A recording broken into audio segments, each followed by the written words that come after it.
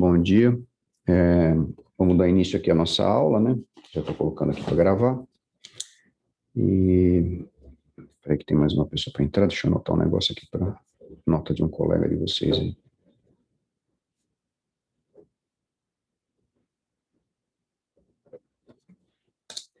Bom, aqui, peraí, mais o Marcelo que entra aqui. A aula de hoje ela tem por escopo, né, por fundamentação, por justificativa, né, vamos chamar assim, a gente fazer a peça juntos como nós fizemos as outras, né? Só que essa peça aí, conforme a gente já adiantou o tema com vocês, ela corresponde a uma peça que tem uma acumulação de pedidos, e dentre esses dois pedidos que nós estamos acumulados, ambos geram reflexos. Então, a gente vai ver que esses pedidos eles se entrelaçam, né, na questão dos reflexos. Ou seja, a hora extra vai ter reflexos da periculosidade, por exemplo, no que se refere à sua base de cálculo, né? Então, com base nesses elementos, a gente vai fazer uma petição inicial aí mais, com uma estrutura um pouco maior do que as que a gente vinha fazendo até o momento.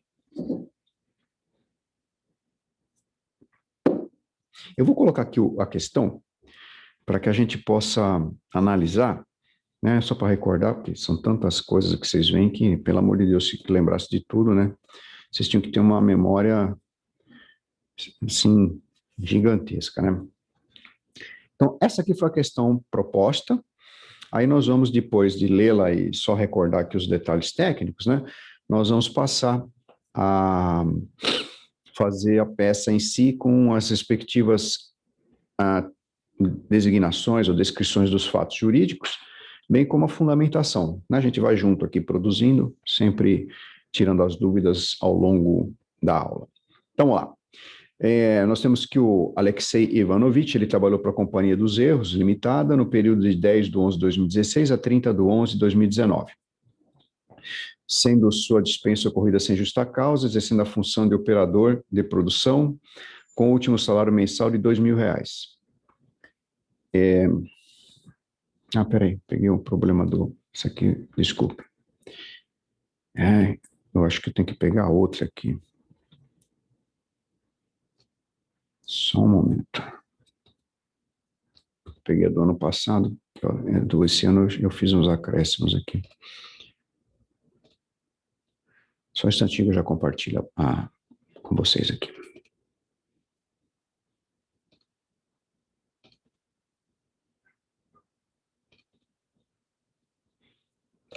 Pronto.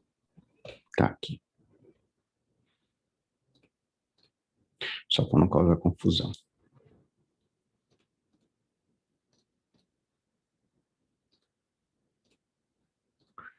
Ok. Voltando aqui, então, ele trabalhou de 2016 a 30/11/2020, e a sua dispensa ocorreu sem justa causa, e ele exercia a função de operador de produção. O tamanho aqui tá bom? Dá para vocês lerem, hein? Tá dando para ler? Se tiver, tudo bem. Tá ok, tá ótimo. Então tá bom. E aí, ele tinha como último salário R$3.000, né? É evidente aqui, eu faço uma observação rápida, né?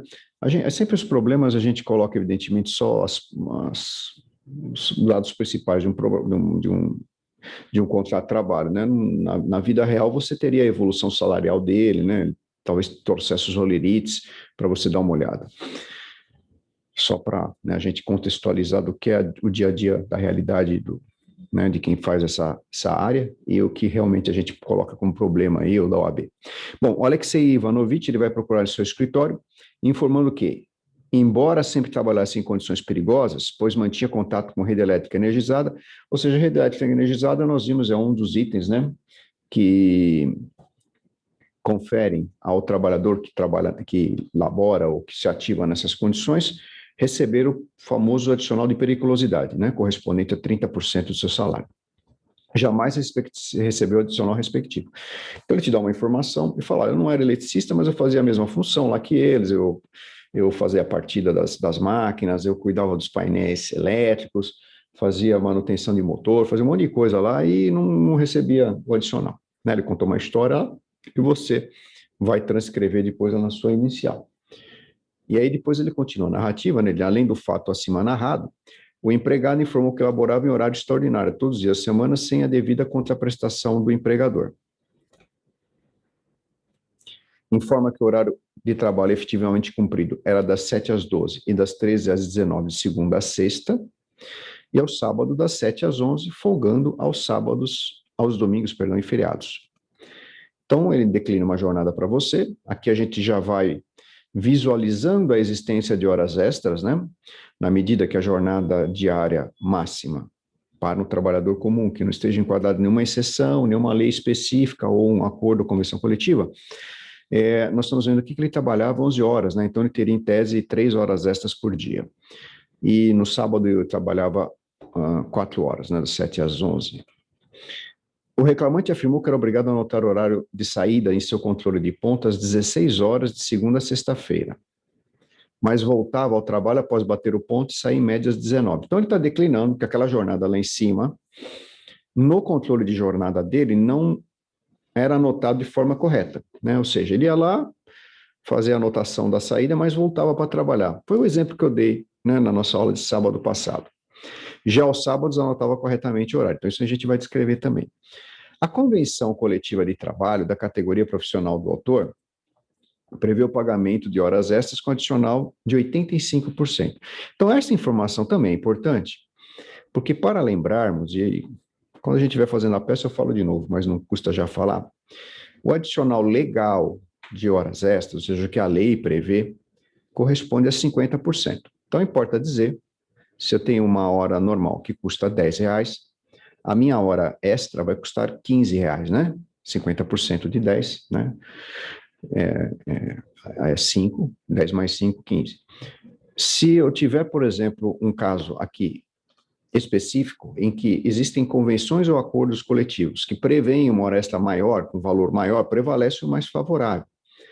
Lembrando que num caso como esse, a gente vai ter que juntar a convenção coletiva para provar que existe esse adicional de 85%, o que dá um acréscimo razoável.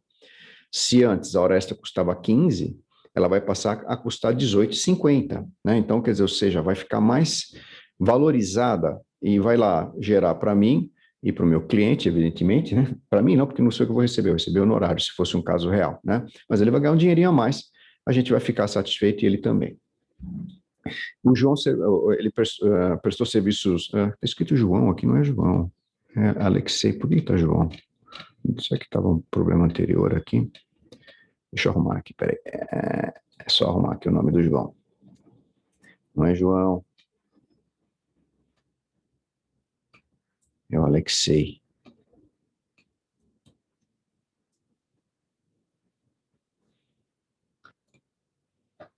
Então, como advogado dele, né, elaborar a competente ação, aqui tem algumas orientações para especificar o artigo 193, impugnar o controle de jornada e fazer uma ordem lógica, né? Tem aqui umas fundamentos aqui de sugestões para vocês.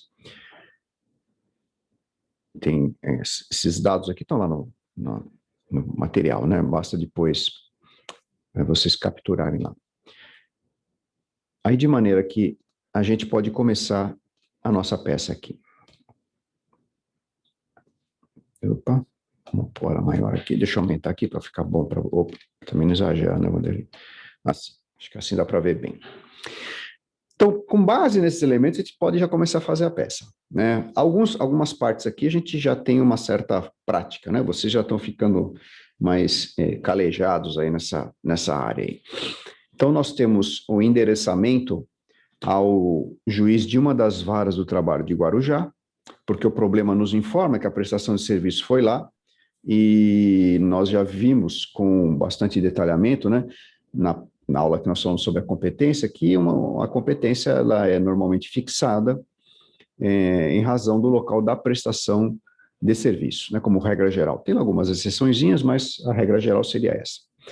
Aí nós qualificamos o reclamante com aqueles dados necessários. Vejam, para você interpor uma ação, minimamente você precisa ter o CPF dele, né, que é o primeiro documento que o PJE exige para o cadastro. Mas é desejável que você tenha pelo menos ou a carteira de trabalho, o RG, e principalmente o PIS. O PIS é muito importante você pegar quando você faz uma entrevista com o seu cliente, porque no final do processo, às vezes quando você tem que fazer o recolhimento, né, de verbas, muitas vezes a gente tem que necessariamente, né, informar o PIS para que sejam recolhidas, por exemplo, as parcelas devidas à Previdência, né? Então, ou às vezes para localizar o seguro-desemprego, alguma coisa. Então é importante, dentro do possível, você fornecer esse dado, né? É fácil, na carteira de trabalho do todo trabalhador vem anotado o número do PIS, você pega ali, essa informação está lá. E se ele tiver cartão de cidadão, também dá para descobrir isso daí, não tem muita dificuldade.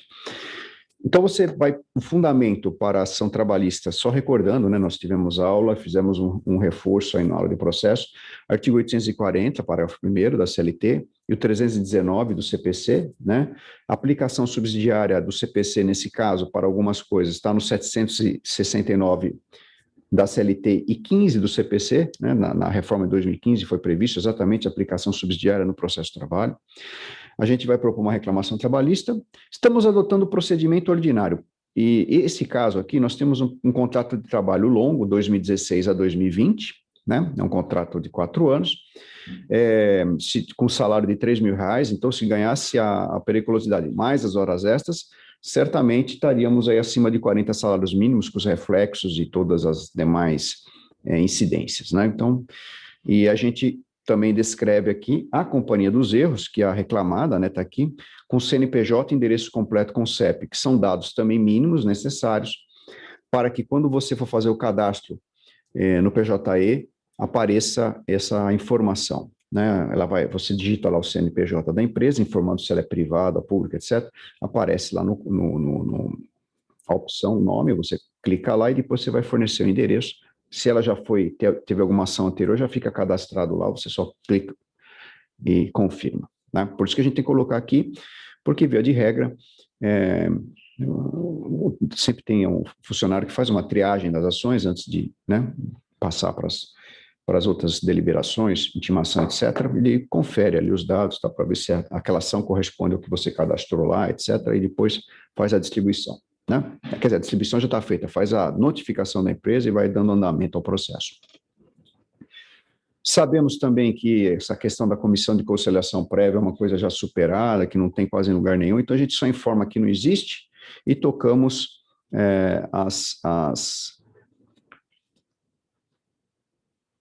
tocamos a ação em frente sem se preocupar em passar por ela. A gente começa aqui falando dos fatos jurídicos do contrato de trabalho, depois vamos falar dos fatos jurídicos e fundamentos, né? Então, normalmente, a gente sempre começa uma petição inicial trabalhista descrevendo os dados do contrato de trabalho de uma forma resumida. Admissão, demissão, forma de extinção, se você tiver evolução salarial, você pode colocá-la, né? Aqui nós temos as informações correspondente à admissão, à demissão e também ao salário percebido quando da extinção do contrato, né? Nós não temos os primeiros salários dele, quanto era, tal, então teremos que somente informar esse último aí. Se nós tivéssemos, a gente poderia falar, né, que teve, ou se a gente tivesse, por exemplo, os olerites dele, que hoje em dia é fácil, né? Às vezes o cara baixa lá, tem empresa que é bem organizada, o cara vai, por exemplo, eu dou um exemplo meu particular aqui. Aqui no Santa Cecília, a gente recebe os nossos vencimentos pelo Banco Itaú, né? E lá tem uma opção de folha de pagamento, você clica ali, tá todos os olerites de todos os anos, né? Então, mesmo que você tenha saído da empresa, você tem dando acesso à sua conta corrente, você baixa tudo ali. Aí você podia mandar para o advogado para ele olhar ali se está tudo certo, né? Estou dando apenas um exemplo aqui, que o meu está sempre certinho. O contrato de trabalho foi extinto, então, sem justa causa, essa informação está lá no problema, né? Em 2/5/2020. Então, nós temos aí um contrato longo, né? Com bastante meses aí, onde nós vamos ter alguns 13º quebrados, né, e férias também. Porque aqui, ó, né, novembro, aqui é maio, então, por exemplo, em 13º, isso aqui ele recebeu um 13º aqui de 2 meses. Aqui ele recebeu um 13º de 5 meses, né, e o resto foi tudo de 12 meses. Então, proporcional, né, evidentemente, né, 12 avos, correspondente a um salário integral. E aí vamos começar a falar sobre Professor, Oi. tá escrito 2/5 de 2020? É, o O problema problema não tá escrito que ele trabalhou de 10/11 de 2016 a 30/11 de tem razão. 2020? Não, vamos arrumar aqui. Já vou arrumar já.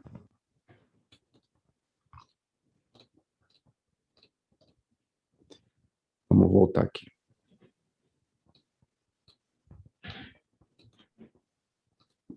Tá ok aqui? Agora sim. É que eu vi, eu falei, será que eu Não, anotei não, errado? não. Eu digitei errado.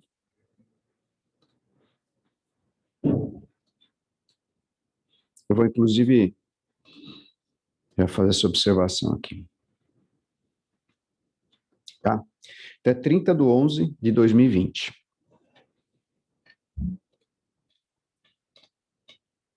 Então, o reclamante sempre se ativou de forma regular e frequente em contato com rede elétrica energizada. Isso, a informação, ela está lá no problema, né? Vamos só conferir aqui. Ó, tá vendo aqui? Vocês estão vendo? Essa informação é que estava no problema. Nós só estamos reproduzindo ela aqui na nossa peça. Então, se ele trabalhou, né, sempre, então a gente começa com essa descrição. O reclamante sempre se ativou de forma regular e frequente em contato com rede elétrica energizada. É que no problema nós não temos elementos, né, para poder colocar aqui. Eu posso apenas fazer um comentário. Se fosse um caso real, aí você descreveria até os equipamentos, eventualmente, que ele ativava, né? Ele faz um breve relato, você colocaria. Era habitual o trabalho em manutenção de motores, ele não podia ser desligado da rede, corria risco de choque, sabe? Você escreve lá, descreve o que o cara fazia, porque isso na perícia faz diferença, gente. Porque daí o perito ele já vai para o lugar com um tipo de aferição e de objetivo bem claro, né? Então, se você descreveu que ele fazia manutenção dos motores, que trocava, por exemplo, relés, equipamentos, etc., então ele vai lá e já sabe mais ou menos, e quando vai falar lá com os paradigmas ou com as pessoas, ele vai confirmando, ele fazia isso? Não, ele fazia. Perfeito. Aqui é esse motor? Era esse motor aqui, né? Então, acaba dando essa distinção aí. A gente deveria aqui, então, nós descreveríamos a condição dele ali, né?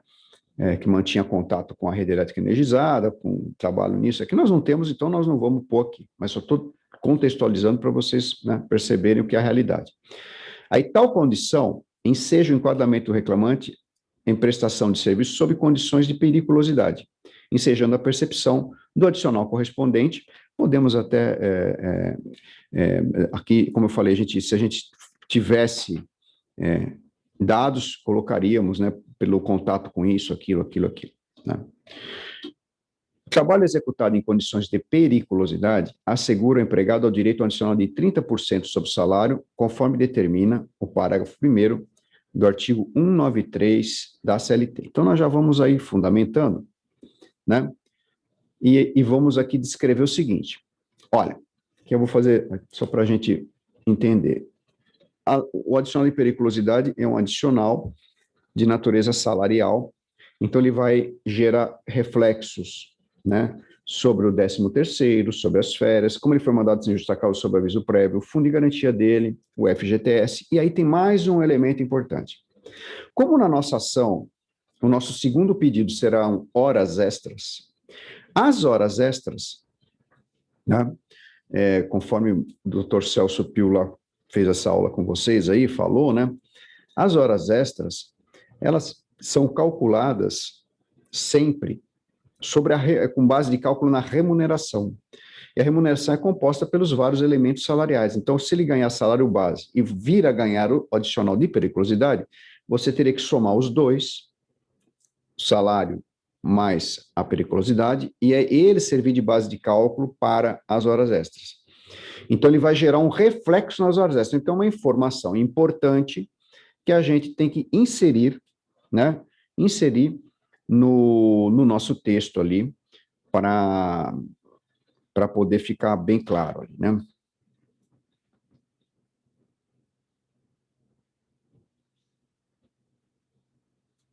Só um momento.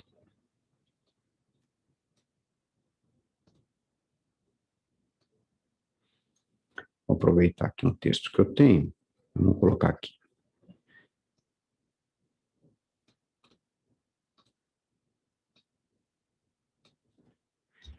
Bem como ter seus reflexos em aviso prévio indenizado. Por que aviso prévio indenizado? Então, olha, a gente pede o pagamento do salário precarizado durante todo o contrato de trabalho. Deixa eu colocar aqui, ó, compartilhar a telinha, vamos lá, aqui, ó. Então, nós vamos pedir o pagamento, 30%, a gente já mencionou aqui, durante todo o contrato de trabalho. Aqui não há, por exemplo, lapsos temporais diferentes, porque o problema não falou. Ele falou que foi o tempo todo, então nós vamos pedir o tempo todo. Reflexo no aviso prévio indenizado, as férias simples e proporcionais acrescidas do abono de 1/3, férias simples e proporcionais. 13º salário proporcional 2016. Por que é o proporcional 2016? Porque é um pedacinho dele só, né? Até a colega de vocês aqui me apontou, né, que eu tinha digitado errado ali o período final, mas o inicial são 2 meses aqui do 13º de 2016, e vai ter um proporcional de 2020 que também corresponderá ao período ali do 13º, que foi de novembro, né? Então seriam 11 dozeavos. Temos o 13º integral 2017, 2018, 2019, porque daí foram os anos inteiros que ele trabalhou. O reflexo dos valores correspondentes ao FGTS, mais a multa de 40% sobre este último. Lembrando que, quando o trabalhador é demitido sem justa causa, ele levanta o fundo de garantia e o empregador é obrigado a pagar uma multa de 40% sobre esse fundo que está lá. Como teve uma verba salarial aí que não foi considerada, vai ter que se recalcular esse fundo de garantia, mais a multa também. Então, são todos reflexos, vocês estão percebendo? Toda a verba salarial, ela, como o teu contrato de trabalho tem vários elementos acessórios, ela gera reflexos diretos nesses acessórios. E aí, vamos colocar.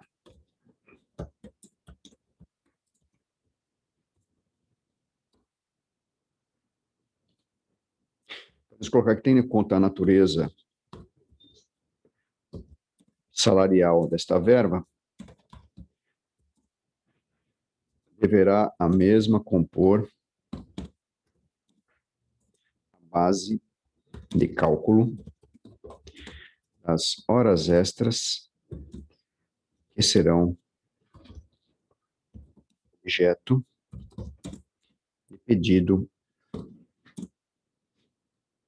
no próximo tópico. Só estou aqui dando aqui, né, lógico, no caso real, o juiz normalmente já levaria em conta, mesmo porque esse entendimento de que a remuneração é que é levada a cabo para fins da base de cálculo de hora extra já é uma questão absolutamente superada e ninguém discute mais, né?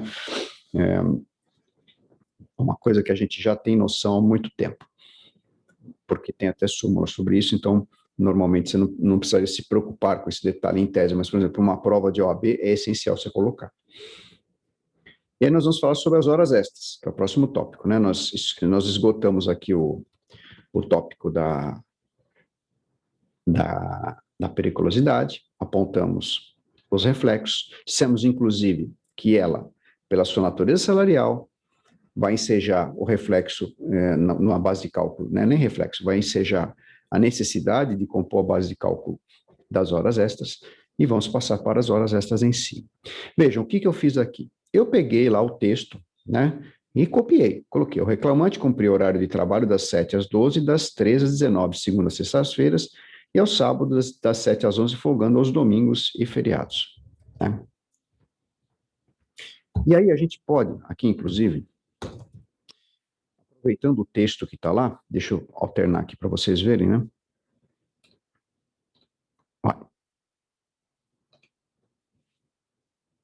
Ele não fala aqui que era obrigado a anotar o horário de saída, tal. Vamos colocar, vamos aproveitar o texto que está aqui, ó, e vamos colocar no nosso problema.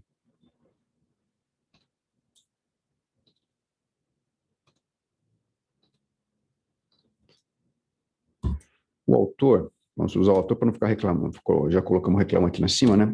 O autor é obrigado a anotar o horário de... A gente pode até vamos falar assim, ó, em fraude aos preceitos consolidados. O que eu estou falando aqui? Em fraude é o que tem na CLT, né? O autor era obrigado a anotar o horário de saída de seu controle de ponto às 16 horas, de segunda a sexta-feira, mas voltava ao trabalho após bater o ponto e saía em média às 19 horas. Já aos sábados, anotava corretamente o horário. Então, veja, aí eu informei a jornada real e a jornada ficta, né? Então, aqui é importante a gente falar desse detalhe, ó. Nós temos uma jornada real, que é aquela que efetivamente o reclamante cumpria, e temos uma jornada fictícia, né? Uma jornada de faz de conta, que é aquela que está no controle de ponto. Então, a gente vai ter que lembrar, depois de pedir aqui as horas extras tal, de impugnar esses controles de horário. Já deixar impugnados ali na nossa petição inicial, né? Porque eles não vão expressar a realidade com relação ao horário de saída, né?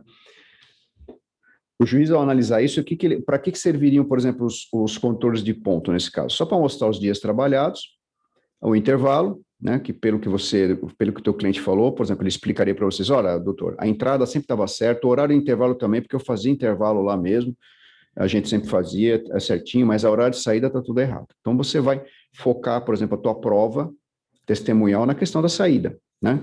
O resto é o que está lá. Perfeito? Tudo bem até aqui? Então, vamos lá. Compartilhemos a tela e continuemos aqui.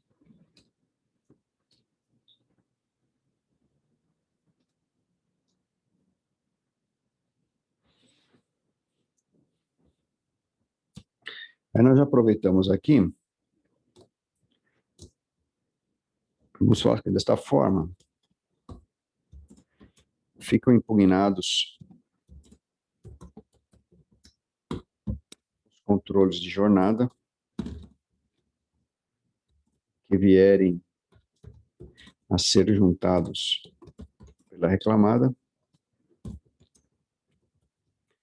por não expressarem corretamente a jornada de trabalho efetivamente cumprida pelo reclamante. Vírgula aqui para dar uma pausa, né, para a gente poder falar. Então, ó, eu descrevi jornada, falei que tinha uma parte dessa jornada que a anotação não serve, ou seja, a anotação era de faz de conta, né? Aquela anotação que é para, como se diz aí, não tem aquela frase antiga, né? Para inglês ver, né? Ou seja, ela não funcionava. E aí, nós vamos fazer duas observações. Que em decorrência da jornada descrita, nós inferimos que o reclamante prestava 3 horas extra diária, né? Como é que eu sei disso? Por causa da jornada. Vamos lembrar aqui, vamos olhar aqui, ó. A jornada dele, ó. Vocês estão vendo aqui, não é das 7 às 12, das 13 às 19, ó. Tá aqui, ó. De segunda a sexta-feira. Se ele trabalhava mais 4 no sábado, então as jornadas de segunda a sexta são de no máximo 8 horas, né? Por causa até para não estourar as 44 semanais. Então, ó, das 7 às 12, 5 mais 13 às 19, 6, 5 mais 6, 11, 11 é o máximo, 11 é a jornada prestada, o máximo é 8, 11 menos 3, 11 menos 8, né? Nós temos a diferença aí das 3 horas. Então, essas 3 horas extras, você vai calculá-las, né? Vai pedir as mesmas. Então, é credor de 3 horas extras, de segunda a sexta-feira, durante todo o contrato de trabalho. Aqui nós vamos dar mais uma informação importante, né? A gente tem a questão dos reflexos. Só para lembrar aqui, vamos voltar para cá.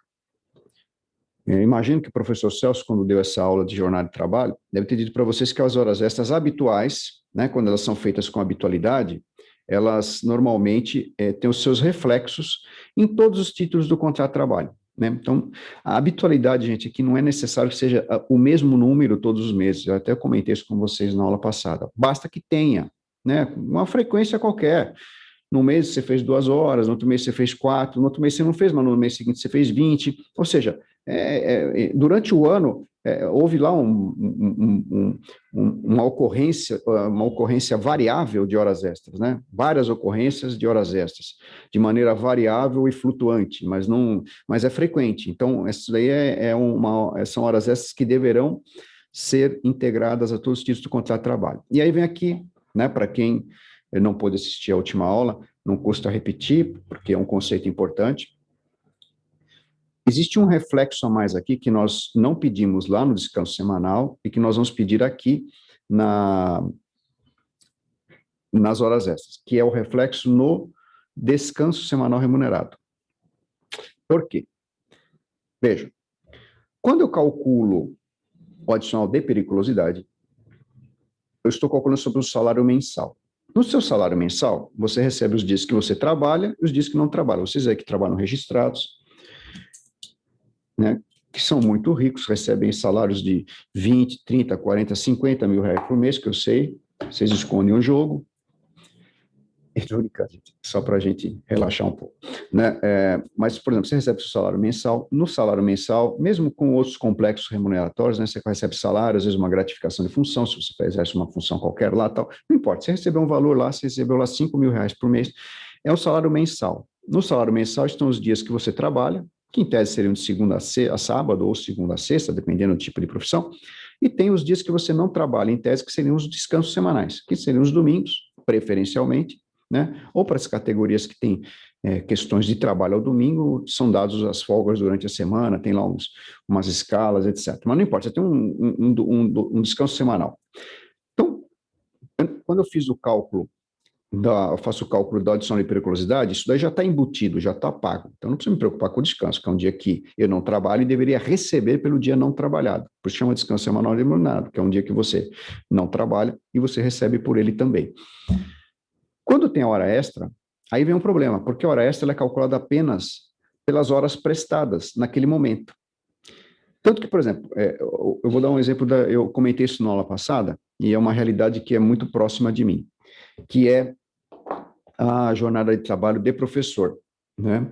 O professor, ele pode ser horista ou mensalista, depende aí da dedicação, se é exclusiva, tal, né? Nós temos vários professores aí no Santa que são horistas e outros que são mensalistas, que têm uma dedicação exclusiva. Eu não sou enquadrado nesse caso, eu sou um professor horista, né? Eu dou um número de aulas que não permite chegar a esse montante, é bem abaixo, né? Então eu recebo por hora. E aí eu tenho, dentro do meu lerite, o descanso semanal, calculado, separado, né? Porque como eu recebo por hora, tem um descanso semanal. Quando tem hora extra, é a mesma coisa. A hora extra não tem o descanso semanal embutido. Se ela vai ter reflexos, ela tem que ter reflexos também no descanso semanal, deve ser calculado. Só para lembrar também, né, isso nós falamos na aula passada, mas é uma recordação, eu vou falar de novo disso, a gente vai fazer aula de cálculo, eu vou explicar isso daí, vou demonstrar para vocês numericamente como é que isso se obtém. Via de regra, você pega o valor da hora extra, você vai dividir pelo número de dias úteis e multiplicar pelo número de descansos semanais.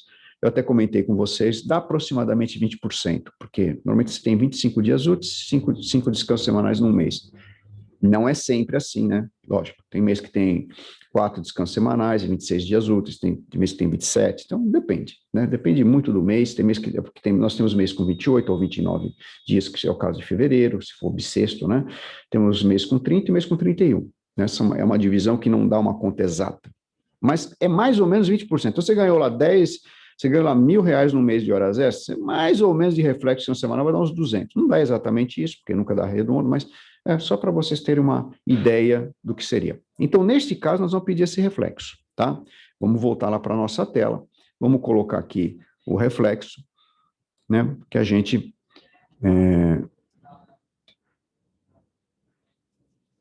Então, por conta dessa realidade, o credor das horas descritas que faça a sua habitualidade deve incidir sobre todos os títulos do contrato de trabalho. Nós já vamos colocar aqui o pedido de reflexo. Só mais um comentário. A gente depois vai falar do adicional, viu? Que é importante.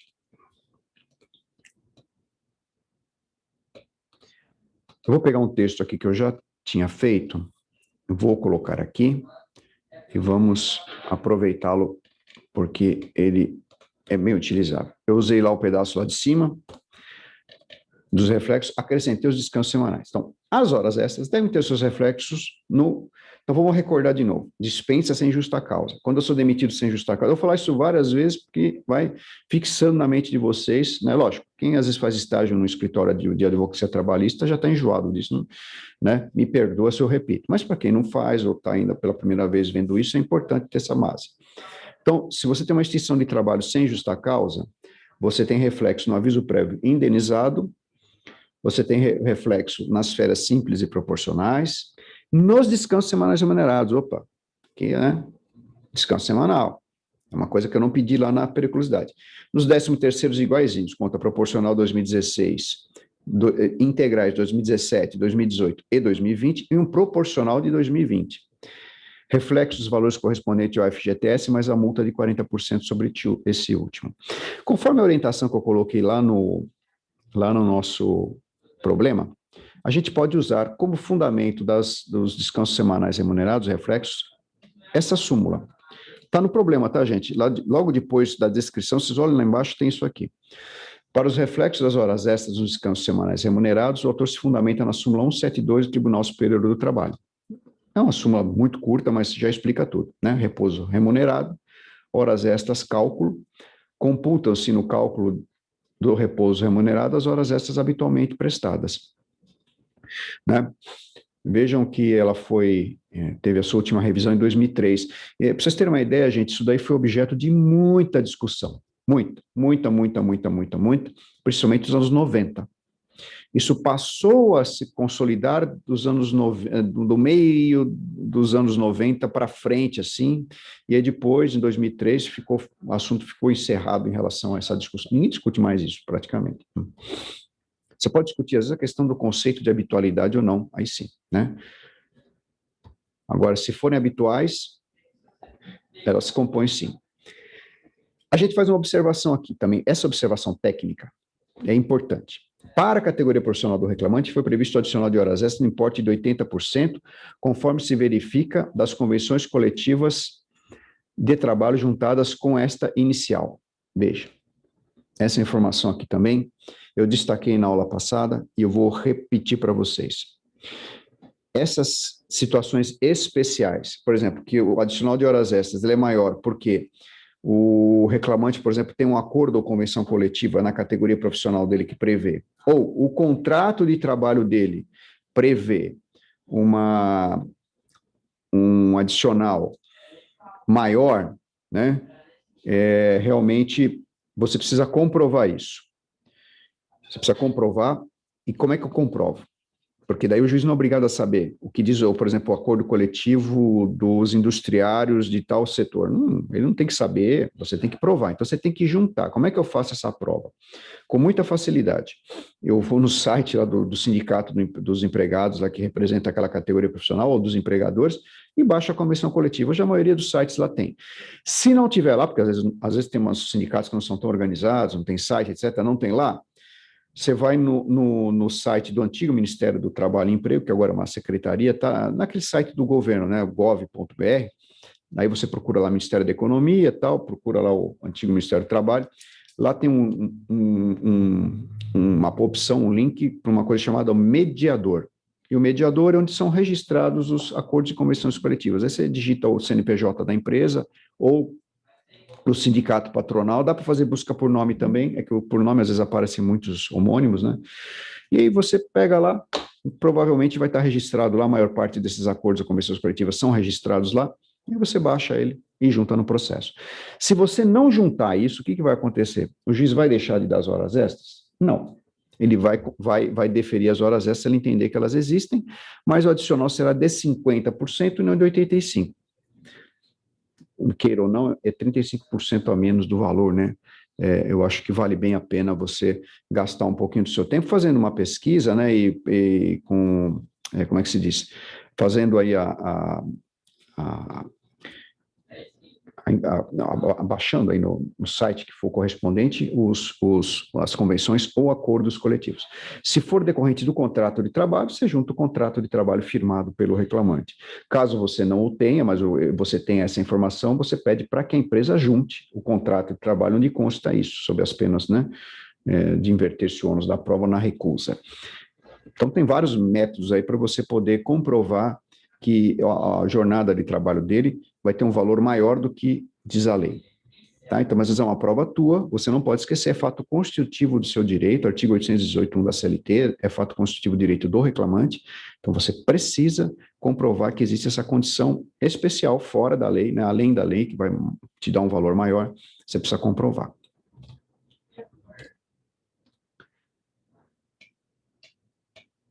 E aqui, olha, a gente fez uma observação que é ligada diretamente ao que está escrito lá no adicional de periculosidade, dizendo aqui assim, ó, devem ainda as horas extras requeridas ter como base de cálculo, além do salário base, todas as demais parcelas da natureza salarial, inclusive o adicional de periculosidade aqui postulado. Tá? Então, a gente fez uma interconexão. Adicional de periculosidade, ele vai me gerar reflexo, além daqueles que eu já mencionei lá, também na base de cálculo de horas extras. As horas extras, por sua vez, além de serem enriquecidas com a base de cálculo do adicional de periculosidade, tem um adicional maior por conta de convenção coletiva e ainda tem um reflexo a mais que é no descanso semanal remunerado, coisa que eu não vou pedir lá no adicional de periculosidade, porque eu vou perder se eu pedir. Né? Não vai ter sentido. Vai perder tempo, que o juiz não vai dar. Vai dizer, filho, você já recebe pelo descanso, aqui já está na base de cálculo, você vai calcular sobre uma base que já está inserido o valor, não tem como pedir, pagar duas vezes, né? Seria o chamado, pessoal lá da área tributária chama o famoso bis in idem, né? Tem termo latino, né? E aí a gente vai direto para o pedido, né? Então, você quer que a reclamada seja condenada ao pagamento dos seguintes títulos. Primeiro, adicional de periculosidade, 30% sobre o salário, a ser apurado em função da prova técnica, tantos reais. A gente teria que calcular, não seria difícil, né? A gente pegaria o valor do salário base dele, aplicaria 30%, e aí somaria e obteria o valor. Uma planilha Excel, ou por exemplo, eu vou até dar uma explicação para vocês, né, como é que o pessoal às vezes calcula, né? Tem programas que fazem isso. Se, por exemplo, você vir advogar na área, né, e de repente precisar fazer cálculos, aí você tem algumas entidades que fornecem isso daí para você. Por exemplo, eu sou sócio da ASP, Associação dos Advogados de São Paulo. Lá tem uma ferramenta para cálculo judicial civil e para cálculo trabalhista. Aí no cálculo trabalhista, por exemplo, ele pede lá, só descreva os salários, ele próprio já monta o valor da periculosidade, soma tudo e já dá o resultado. Aí eu só coloco lá, tá? Então tem ferramentas para isso na prática, a gente consegue aí, de alguma forma ou de outra, fazer isso. E aí nós temos os reflexos, né? A periculosidade da férias, reflexo no aviso prévio indenizado, vamos colocar aqui o dele, vamos colocar indenizado. As férias integrais e proporcionais, no abono, tem um ponto terço aqui. As férias.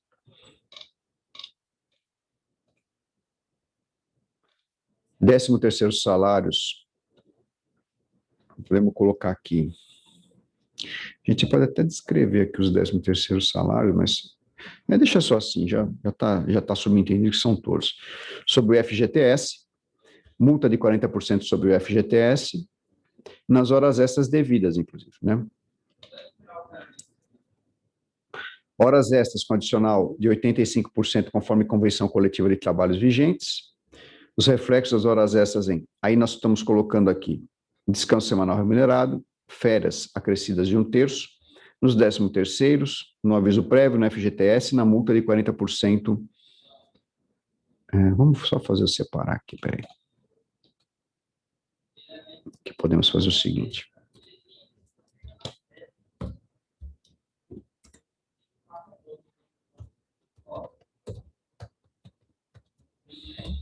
Fica mais claro e fica igual lá em cima.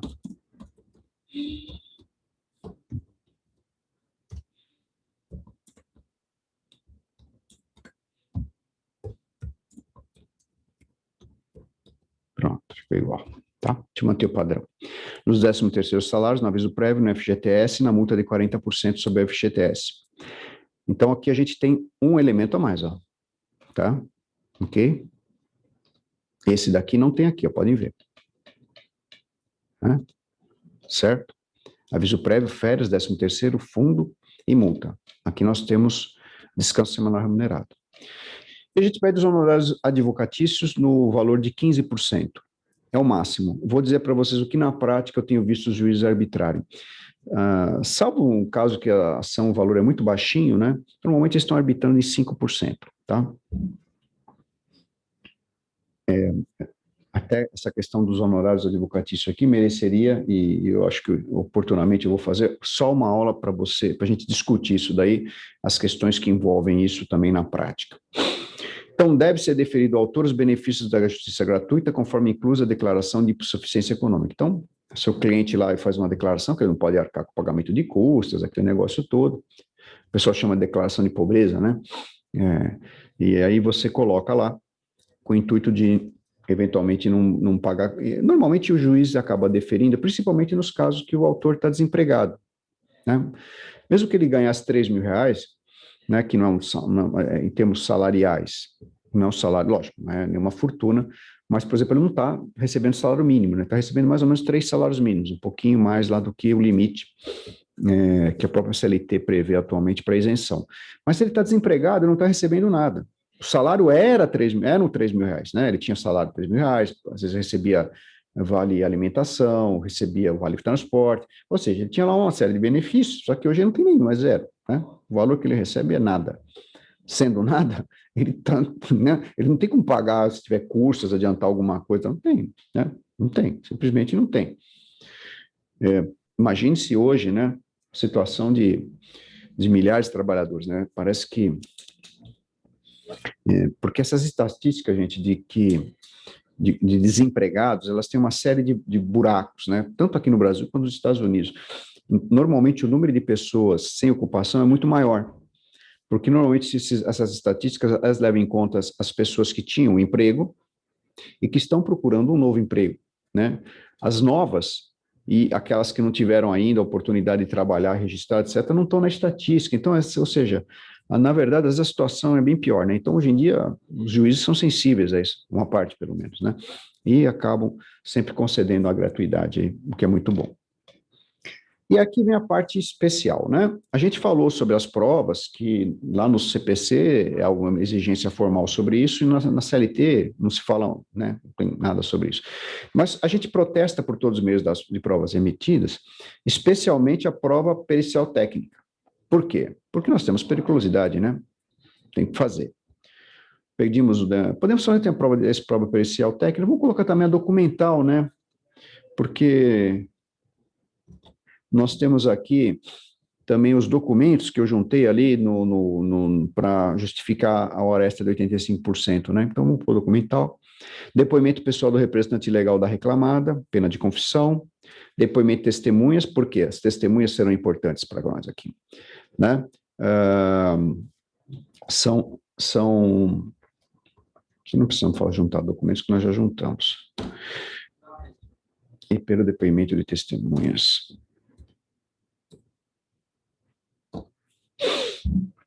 As de testemunhas que serão oportunamente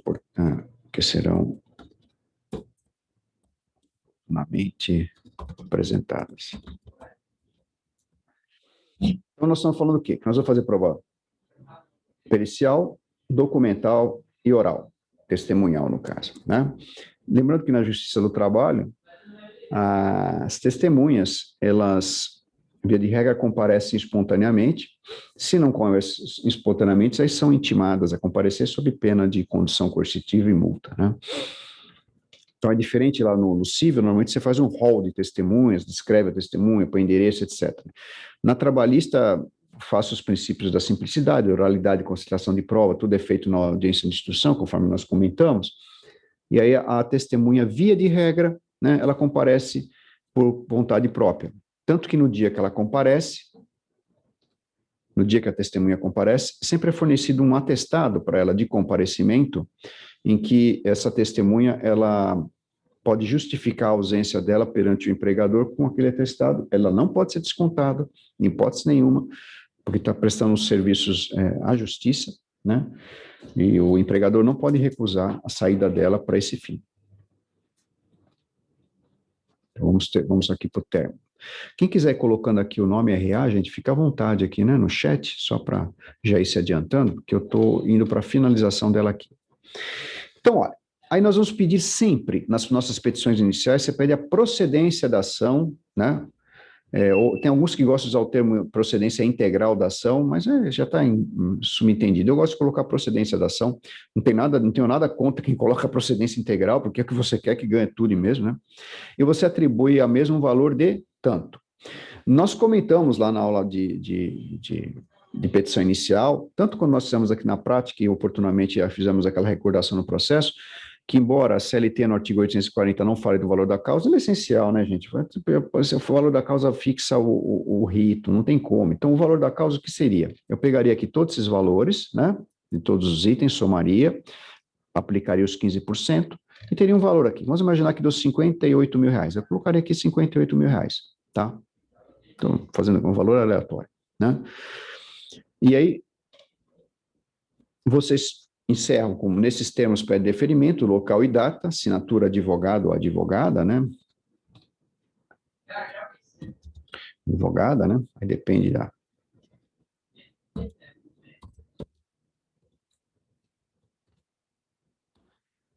advogada e OAB, né? O número da OAB. Na prova da OAB a gente não põe nome, não põe nada. Quando é do dia a dia, você já deve ter visto petições não sei, aqueles que têm a oportunidade de fazer algum tipo de estágio, seja em qualquer área, vocês veem que tem a assinatura lá da pessoa, né? Hoje em dia a gente não assina mais, praticamente, né? Só por curiosidade, gente. A gente assinava tudo, né? Tinha que assinar tal. Hoje em dia eu fiz uma assinatura digitalizada, eu ponho ali só por uma questão estética, sabe? É uma questão meio saudosista, do tempo que eu assinava. Então, eu deixo lá, porque o que vale é a assinatura do meu token digital, né? Do meu eCPF, do meu CPF eletrônico. Ele entra lá, eu me identifico no sistema com ele, e embaixo, lá no rodapé da petição, aparece lá, assinado eletronicamente, Vanderlei de Oliveira Tedeschi, né? Em alguns lugares aparece o OAB, outros aparece o CPF, e aí pronto, você já autenticou, né? Você assinou. Não tem muita importância ali quem assinou, mas aqui, né, se você fizer uma assinatura mesmo de verdade, o importante é quem assinou eletronicamente, que é o que autentica você, o que dá validade para a sua assinatura no sistema. Lembrando que nós estamos num mundo, evidentemente, digital, né? E isso não tem volta, né? Eu sei que muitos advogados aí sofrem com isso, né? Não gostam, ainda tem saudade do papel, mas não tem jeito, isso daí já virou uma realidade e nós hoje em dia convivemos com ela. Vocês, mais do que todos aqui, né? Vocês, a geração de vocês, estou falando uma geração como o geral, né? A geração de acadêmicos. Vocês já estão ingressando nisso com essa estrutura já feita, né? Eu e outros, a gente veio num processo de adaptação. Nós éramos totalmente analógicos e físicos e viramos digitais. Então, nós fizemos uma migração, né? Vocês já estão entrando direto nesse sistema, sendo que os mais jovens, né, estão mais ainda inseridos nesse contexto, porque têm mais facilidades do que eu, né? E alguns colegas de vocês aí que, como eu, já têm um tempinho aí gasto na vida, né? A gente fica mais experiente, mas eu percebo que, evidentemente, a geração mais jovem tem muito mais facilidade no acesso a essas novas plataformas de tecnologia, eles têm muito mais rapidez no aprendizado, né? Embora eu possa até ensinar, explicar, eles normalmente, com facilidade, eles são muito rápidos. Eu vejo lá pelos estagiários dos escritórios, né? Eles pegam assim com uma facilidade que é impressionante, né? É evidente que determinadas coisas só o tempo, a experiência que traz, mas outras coisas, o pessoal aqui, ó, né? Então, uma geração precisa só ser bem orientada que vai gerar muitos frutos. Alguma dúvida aqui, gente?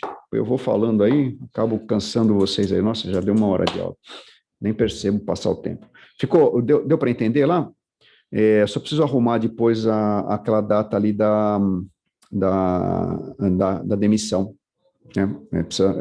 Lá no problema tá certo, eu coloquei errado ali no modelo. Alguém não colocou o nome e número aqui? Por favor, coloca aí, gente, que eu estou me baseando. Só um aviso aqui.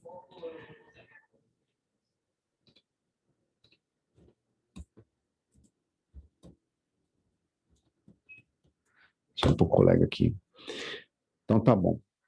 Se está tudo bem para vocês, para mim também, olha, mais uma vez, ó, obrigado aí pela audiência de vocês, ó, tivemos quase 40 pessoas aqui, tá excelente, né?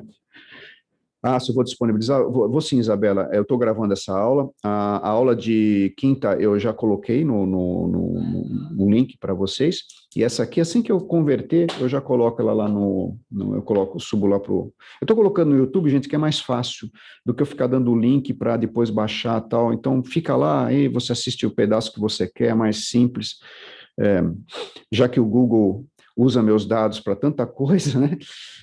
Deixa eu explorar eles um pouquinho também, armazenando os vídeos lá, né? Porque aqui é só um comentário rápido, gente, já vou liberá-los. Vocês sabem que, na verdade, por exemplo, todo esse serviço que o Google fornece para vocês, nada é de graça, né? O que interessa para eles é os nossos dados. Aí eu vou colocar a folha para peça hoje mesmo, Olivia, pode deixar. Eu já coloco ela daqui a pouquinho. Eu coloco ela, me comprometo com vocês, terminando a aula, eu já ponho lá no portal, tá bom? Eu esqueci de pôr. Então, os dados de vocês são muito importantes, né? Eu sei que minha aula é trabalhista, mas é uma coisa que eu também me preocupo, porque a gente hoje em dia faz o compliance trabalhista na parte de LGPD, né? Você tem que ter o sigilo dos dados dos empregados quando você faz isso, e mesmo como advogada. Quando você for fazer uma inicial dessa, você tem que, esses dados que você recebe do teu cliente, você tem que ter uma rotina de segurança com relação a isso, né? Você está com os dados dele, o que você usou, para que você usou, você não pode compartilhar isso, entendeu? Então, onde se armazena, isso tudo precisa ser visto hoje para quem, mesmo para um escritório pequeno, porque o nosso escritório, ele, embora com a graça de Deus aí ele atende clientes de porte, ele não é grande, mas a gente tem, por exemplo, servidor próprio para não compartilhar esses dados ou arquivos na nuvem, etc., porque gera uma série de responsabilidades, né? Tá bom? Tranquilo aí, gente. Vamos ver se tem mais uma mensagem, não? É só aqui da Lívia. Então tá bom, olha. Obrigado pela audiência de vocês, um excelente final de semana, uma excelente aula com o professor Carlos Forlim, e espero encontrá-los lá em breve. Depois a gente vai, né, praticamente mais uma semana e pouco, vai ter um feriado aí, depois vem as provas. Que tenho certeza que vocês vão tirar tudo de letra e aí semestre que vem a gente continua, né, nós vamos aí avançar ainda, vamos fazer algumas iniciais, mais contestação, e vai ficar bem completo a nossa matéria. Tenho certeza que vocês vão se desenvolver cada vez mais. E aí, logo, logo a gente vai se conhecer pessoalmente. Tenho fé. Daqui a pouco, né, pelo menos até o final do ano, aí, as vacinas vão estar para todo mundo. A gente vai conseguir, né, estar junto. Obrigado, gente. Bom final de semana. Fiquem com Deus, se cuidem e até a próxima. Tchau, tchau. Até logo, Wanderlei. Um abraço. Obrigado, Marco. Obrigado a todos aí.